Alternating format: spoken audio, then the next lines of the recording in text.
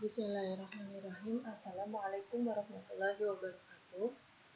Kita sekarang akan membahas tentang rumus kimia. Apa sih rumus kimia itu?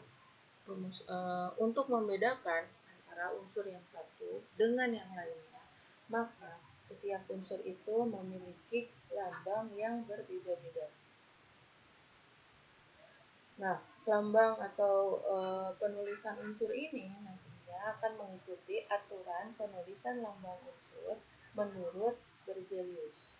Jadi ini adalah nama ilmuwan yang menetapkan bagaimana sih cara menuliskan lambang unsur. Bagaimana bunyi aturan dari penulisan lambang unsur tersebut? Yang pertama, aturannya adalah setiap unsur itu selalu diawali dengan huruf kapital. Jadi huruf awal suatu unsur itu harus selalu huruf kapital, harus huruf besar.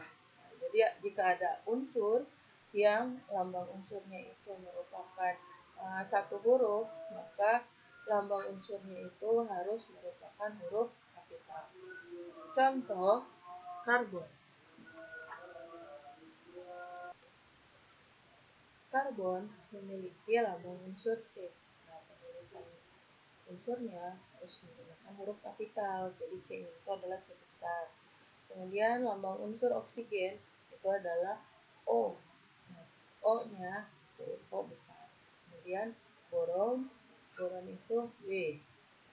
Maka B-nya itu harus B besar. Jadi nggak boleh kita menuliskan unsur boron. Boron apa lambangnya? B seperti ini. Kemudian kalau si unsur tersebut tersusun dari satu huruf, maka kita tuliskan dia dengan huruf kapital atau huruf besar. Nah, bagaimana jika suatu unsur tersebut tersusun dari dua huruf? Kalau unsur yang tersusun atau terdiri dari dua huruf, maka huruf pertamanya sama ya, harus huruf kapital, dan huruf keduanya menggunakan huruf kecil. Jadi yang besar itu huruf pertamanya, huruf keduanya kecil. Nah, penulisan lambang unsur kalsium. Kalsium itu kan lambangnya Ca. Tahu dari mana sih lambang unsur ini? Nanti juga kalian lama-lama akan pokoknya kita lihat nama-nama unsur itu dari sistem periodik unsur atau SPU. Nah, untuk kalsium itu kan lambangnya Ca. Nah, penulisannya C-nya besar, A-nya kecil. Jadi nggak boleh menulis kalsium itu C-nya besar, A-nya besar. Jadi Ca itu C-nya besar, A-nya kecil. Atau nggak boleh C-nya kecil, A-nya besar. Biar bagus, biar keren. Nggak ada ya keren-kerenan dalam kimia. Di kimia itu harus sesuai aturan. Kemudian kobalt, CO, C-nya besar, O-nya kecil. Kemudian Fe, F-nya besar, E-nya kecil. Ya, gitu. Jadi kalau misalnya ada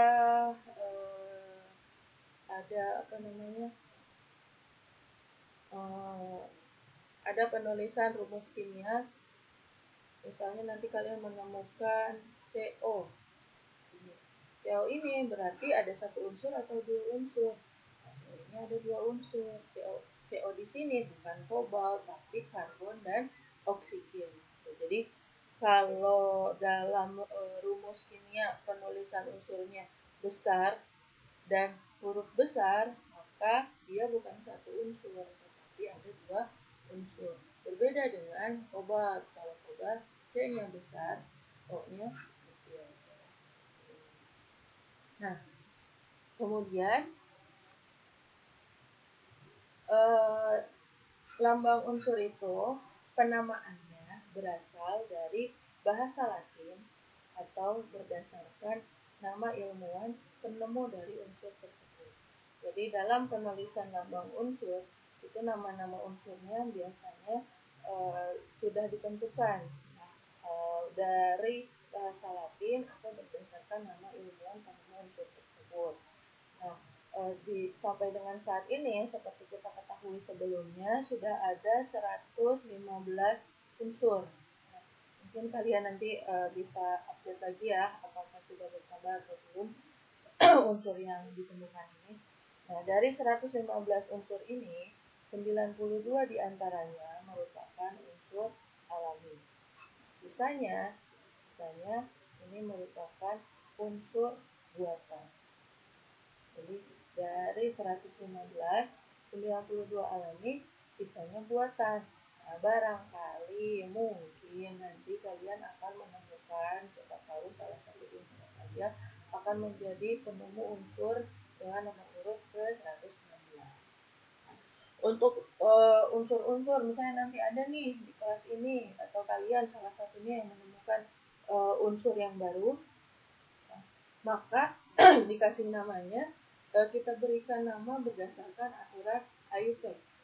Bagaimana sih aturannya?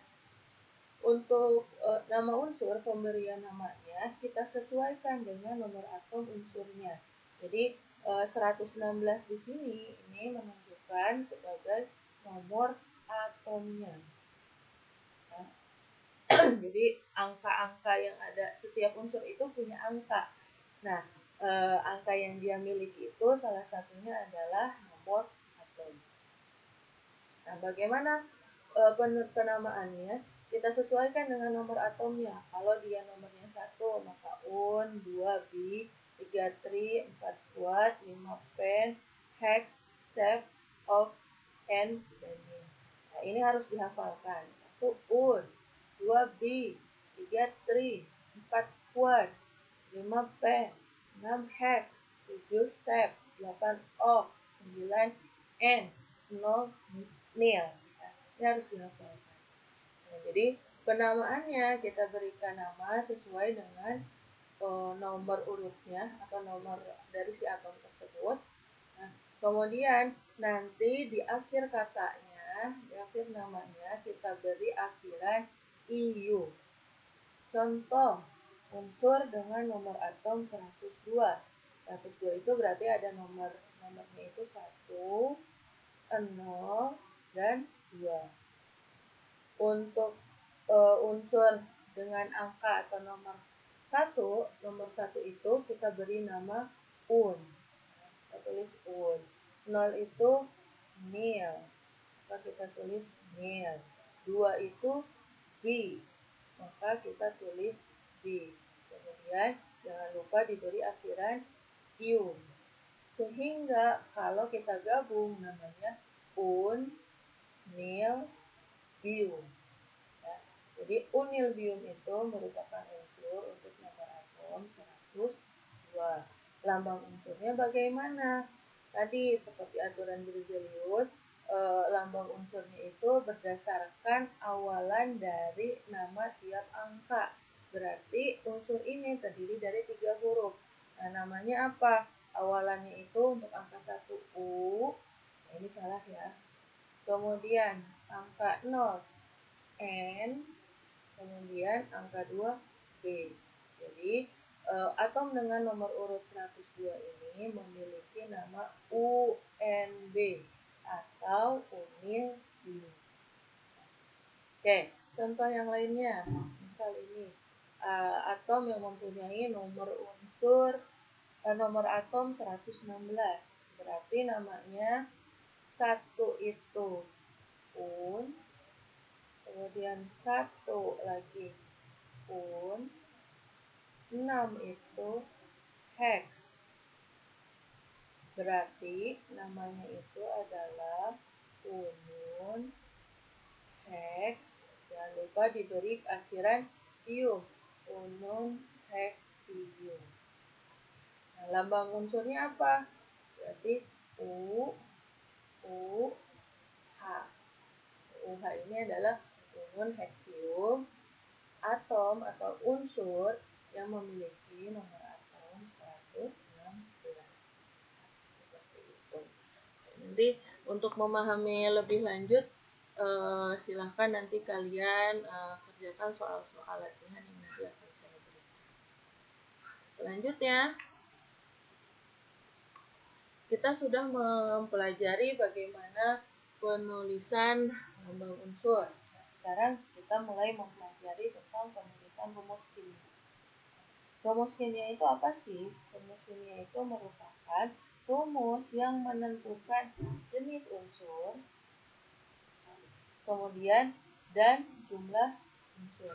Jadi dari rumus kimia ini nanti kita akan mengetahui jenis suatu unsur dan jumlah suatu unsur.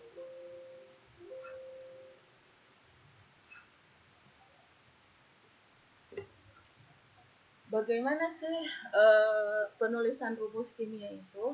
Nah, di dalam rumus kimia nanti akan kalian temukan suatu angka. Jadi kalau ada rumus kimia, ada angka yang ditulis subscribe. Subscribe itu dia penulisan itu angkanya itu nulisnya kecil, kemudian di bagian bawah. Jadi kalau di rumus kimia itu ada tulisan yang ditulis kecil, ada angka yang ditulis kecil, terus ditulisnya di bawah. Ya. Nah, kalau kalian menemukan angka seperti itu, maka angka tersebut menunjukkan jumlah unsur yang ada di sebelah kiri indeks. Contoh, H2O. Di sini ada indeks nggak? Ada, ini nih, angka 2 di sini. Angka 2 di sini ini merupakan indeks. Kenapa indeks? Karena dia ditulisnya subscribe. Maksudnya apa? Jadi angka ini itu ditulisnya kecil, terus ada di bawah. Ini indeks.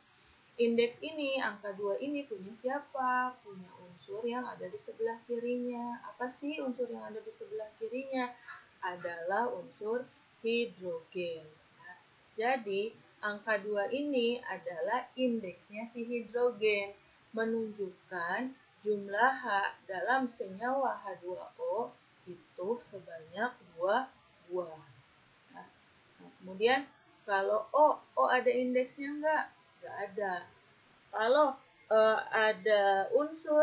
ada penulisan unsur dalam rumus kimia yang indeksnya tidak ditulis, ya, dalam rumus kimia jika tidak ada indeks, maka kita anggap bahwa si unsur tersebut indeksnya adalah 1.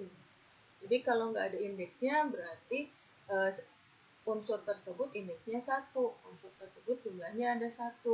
Sehingga bisa kita simpulkan bahwa dalam senyawa H2O jumlah H-nya ada 2 karena indeksnya 2 dan jumlah O-nya ada 1 karena indeks O-nya nggak ada.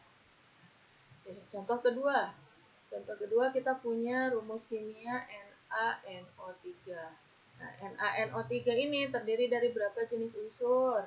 Ada 3 jenis unsur, ada unsur Na, ada unsur N, dan ada unsur O. Nah, unsur Na ada indeksnya enggak? Ada angka enggak setelah angka Na? Enggak ada, indeksnya 1. N ada enggak indeksnya? Enggak ada, berarti N juga indeksnya 1. O ada enggak? Enggak ada. Ada indeks. Angka 3. Berarti O di sini jumlahnya ada 3. Kesimpulannya, jadi dalam senyawa NaNO3 jumlah Na-nya ada 1, N-nya ada 1, O-nya ada 3. Ya, seperti itu. Kita latihan sebentar. Contoh, kalau misalnya saya punya H2SO4. H2SO4 berarti tersusun dari berapa unsur? 3. Ada unsur H, ada unsur S, ada unsur O. H-nya ada berapa? H-nya ada 2. S-nya ada 1. O-nya ada 4. Ya, gitu. Ini masih gampang ya. Kemudian, kalau saya punya CH3COOH. Ada berapa unsur di dalam rumus kimia ini? Nah, kita lihat ada unsur apa aja. Yang pertama ada unsur C. Ya. Kemudian ada unsur H. Kemudian ada unsur C lagi, berarti bisa ditulis. Kemudian ada unsur O. Maka ada O lagi, O sudah, H sudah. Maka dalam CH3COOH terdiri dari 3 jenis unsur. Jumlahnya berapa? C di sini jumlahnya 1 di sini, 1 di sini. berarti jumlah C ada 2. H, di sini ada 3, di sini ada 1, berarti jumlah H ada 4. Kemudian O, ada di sini dan di sini, berarti jumlah O ada 2. Jadi dalam CH3COOH, jumlah C-nya 2, H-nya 4, ya 2. Nah, kemudian saya beri contoh yang lain. Misalnya ada senyawa Ca NO3 2 kali. Nah, CaNO3 2 kali. Ada berapa jenis unsur di sini? Pertama ada Ca, kemudian N, kemudian O. Jumlahnya ada berapa? Ca ada berapa di sini? Dia nggak ada indeksnya, berarti 1. N di sini ada berapa? N di sini ada 1, tapi dalam kurung 2. Nah, kalau ada tulisan dalam kurung begini, berarti dikali jumlah N dalam senyawa ini 1 kali 2, berapa? 2. Kemudian O di sini ada berapa? 3.